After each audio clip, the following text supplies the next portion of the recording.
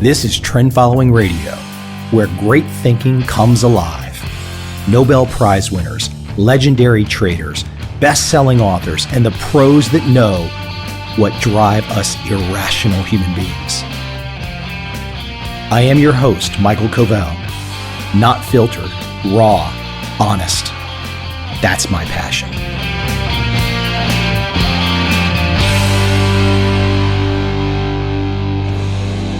My first monologue for the new year, my first monologue for 2015, and I can't help but think of Willy Wonka. Because as we all know, there's no earthly way of knowing which direction we are going. There's no knowing where we're rowing or which way the river's flowing. Is it raining? Is it snowing? Is a hurricane a-blowing? Not a speck of light is showing, so the danger must be growing. Are the fires of hell a-glowing? Is the grizzly reaper mowing? Yes, the danger must be growing, for the rowers keep on rowing, and they're certainly not showing any signs that they are slowing. Well, there you have it. Willy Wonka, completely outlining behavioral economics and proper trading, proper investing, all in a film about candy. I guess I should stop the podcast now because we all get it. But I just love that excerpt. It sets up nicely for where I want to go today. First things first, I would like to quote from John Hussman's recent piece. Now, I've seen this before, but John did the work, so I'll just read it. In the 1950s, Stanford psychologist Leon Festinger developed the theory of cognitive dissonance, describing the psychological conflict that results from holding two opposing beliefs or attitudes at the same time. When subjects were asked to convey or act on the information that they knew was untrue, the resulting cognitive dissonance actually led them to change their own beliefs and attitudes to be consistent with the untrue information. Of course, it's difficult to hold opposing beliefs simultaneously, but people sure try. And today, I have 3 great examples to start off 2015. First, let me give a big shout out to Jessica Pressler. I do not know Jessica. She writes for, or did write for, a New York magazine. She's the fine young lady that let us all know in the last few months that a $72 million man was located in a New York City high school. Yes, that's right. A high school student had made $72 million. It was all the rage on social media and all the news stories for about 24 hours. Until the guy fessed up that it was a scam. Of course, for those with a pulse, we all knew it was a scam. From the beginning, we knew it wasn't true.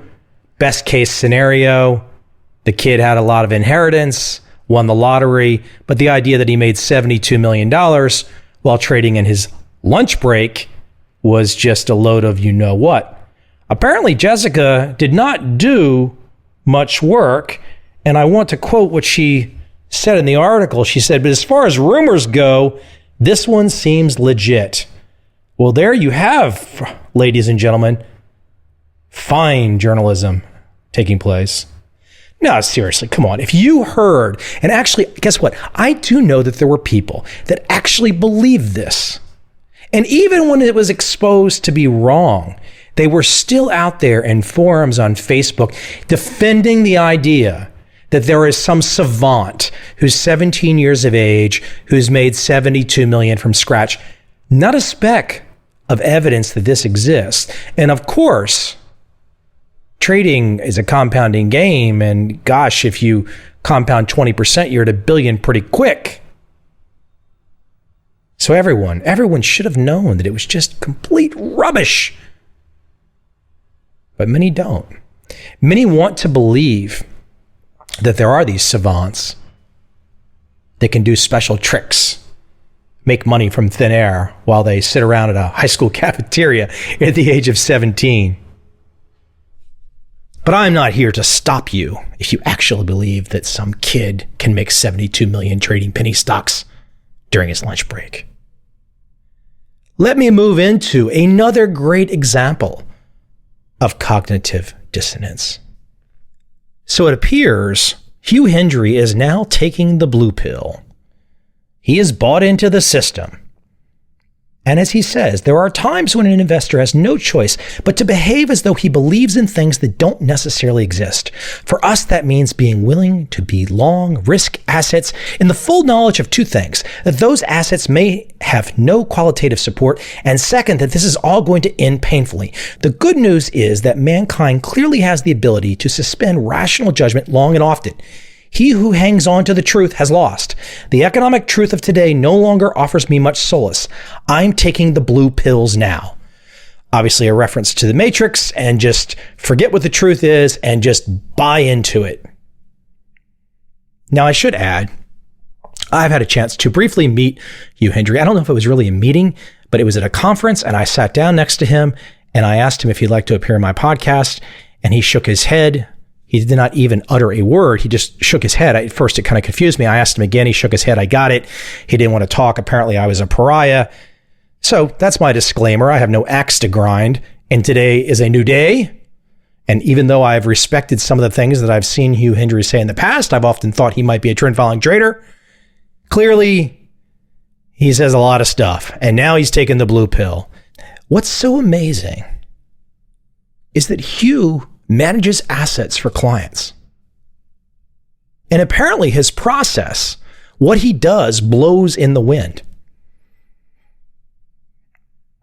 I don't know that to be true. I can only go by the words that he has put out in the public sphere in the last couple years. But his process now sure sounds like a trend-following trader, because a trend-following trader knows all these things that Hugh is talking about economically are probably true. He's probably dead on. But you can't invest on this stuff. Markets don't go the direction that fundamentals say they will go. It happens all the time. It's happening right now. No one said oil should be at $50 a barrel, wherever it's at this particular day, this particular moment. No one said a 50% drop was coming. No one predicted in any kind of meaningful way that the dollar would roar ahead and that stocks would be at all-time highs. But that's not the point. You don't have to worry about the things that Hugh Hendry's worried about if you're a trend-following trader. If you're a trend-following trader, you put your bet on, you have your stop, and that's it. You don't have to go out there and foist yourself up on a cross, bare your soul, and try and ponder why what you've been doing in the past doesn't work. Well, maybe it wasn't that great of a strategy. Maybe it was not that great of a strategy. Good strategy should be timeless. Good strategy should not need to change based on the political winds blowing across Europe or blowing across Japan or blowing across America. Good strategy should have thought through this chaos to begin with. Good strategy should be in line with the trend. That's the reality. That's what you want. And Hugh misses that. Again, that cognitive dissonance. My last example for the day, a trend-following example. Lawrence, and I cannot pronounce his last name, and I did ask him to appear on the podcast, and maybe he will, but I've not got a response yet. He writes for CNBC. He has a master's in journalism, and his article that came out in the last few minutes, days, 9 hours ago on what I'm reading now, hedge fund robots are crushing their human rivals. The entire story is all about trend following kicking major ass for 2014. As he says in the article, quote, the biggest gains came at funds that practice a trend following strategy. Notice he uses the word strategy there. But if you go up to the headline, hedge fund robots are crushing their human rivals. And in the article, he talks about how algorithm-led investing produced stellar returns, beating most gut-driven human managers. Boy, there is a lot of bullshit to pick apart in this one. First off, hedge fund robots. Now, Lawrence, as he's writing this piece, is using how many different pieces of automated software? Everything in our lives today, automation rules. Automation makes life easier. But now, in the article, he mentions that trend following is a strategy. So what is so nefarious about automating a strategy? Why the need to say in the headline, hedge fund robots? All right, you've not taken the time to actually understand the strategy. The strategy is not terribly complicated. You can program a good trend following strategy in an Excel spreadsheet. Now, Lawrence is the guy with the journalism degree, a master's in journalism. What kind of research does he do? Does he do any? Does he do any homework?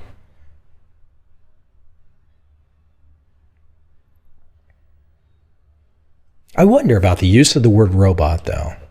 What's the intent?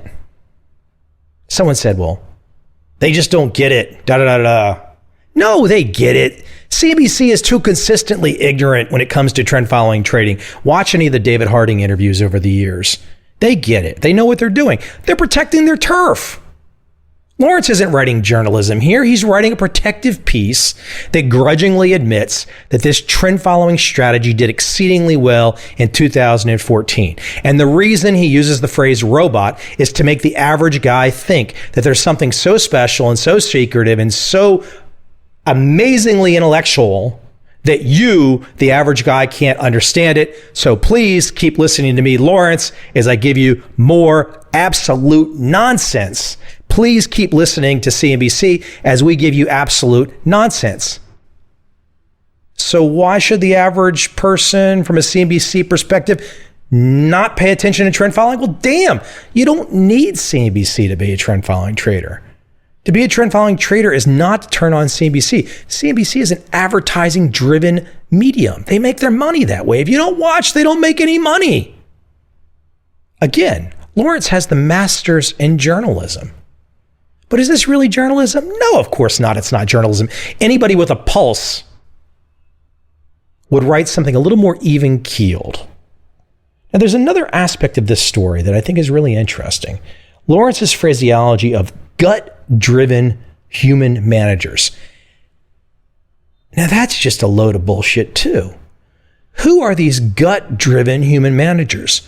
Who sits around strapped into a chair, barks out buy and sell signals, calculates his position size based on current volatilities, and rebalances and picks a portfolio, all based on how his tummy's feeling at that moment? There is absolutely no fund manager out there, except some kid sitting in his basement in pajamas with a fake screen name posing as a famous hedge fund manager. The reality is, and this gets back to my earlier comment with Lawrence, automation rules our lives. There is nothing wrong with automating a good trading strategy. And again, trend following is a strategy. It has certain rules that say you do this to buy, you do this to sell, you bet this amount of money of your limited capital. Just rules. You can write these rules down on paper, or you can automate them with a spreadsheet or a third-party application or some piece of code that you invent. So you always have to kind of look behind the message, look behind what's going on. Now, the bottom line for you, the investor out there, once you get past my digging through conspiracy theories, and I don't really think they're a conspiracy theory, clearly CNBC has an axe to grind with trend following. The last thing they want to do is have trend following traders come on their show and say, you don't need to watch this show. That doesn't behoove them. That's against their material interest. Does no good. Cognitive dissonance. Two opposing views, unable to accept the truth. The truth's a cool thing. The truth feels nice. You actually can relax. I mean, talk about relaxing. Go back and listen to my most recent podcast episode with Tom Basso. Just fantastic. Just lays it out clearly. As I wind down, I want to bring another example in, because this is all about a process. A trend following strategy is a process. It's certain steps you take, certain prescribed steps that you take, a checklist that you follow at all times. That's it. It's just rules. And again, the software, the robot, is just something to help you automate it and keep track. And heck, what smart person wouldn't want to make their life easier? An excerpt from ESPN. New England Patriots quarterback Tom Brady isn't reading into postseason struggles against the Baltimore Ravens when the teams play in the AFC divisional round of the playoffs. Brady, quote, "Everything is different at this point. We can never change anything that's happened in the past, and neither can they. You can't bring players out of retirement, and they can't either. It's the guys we've got versus the guys they've got, which is an entirely new team that we have versus an entirely new team that they have," end quote. And that's how the markets are every day. And that's why Trend Following kicked ass in 2014. Because it didn't worry about the prior year. No, all it said was, let's be prepared for what can unfold, what can unexpectedly happen. Currencies rocket off in 2014. Oil rockets off. Interest rates are moving. It's being prepared for what hits you between the eyes right now. That's what's so cool about Trend Following. And there's also an interesting article you should check out. Brady talking about his daily process as a guy in his late 30s. I don't think he's in his 40s yet, late 30s, and how he's approaching each day. Very inspiring.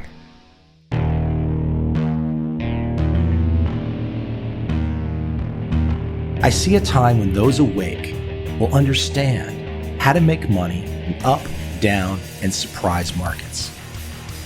Whether new trader or experienced, college student or financial advisor, protecting against a crash or just trying to make a lot of money, Trend Following offers everyone an answer in uncertain times. To get started immediately, send me an email, michael@covel.com. I will send you the right Trend Following steps to take along with my free video. But if you want to buy and hold, trust the government and trust Wall Street, this is absolutely not for you.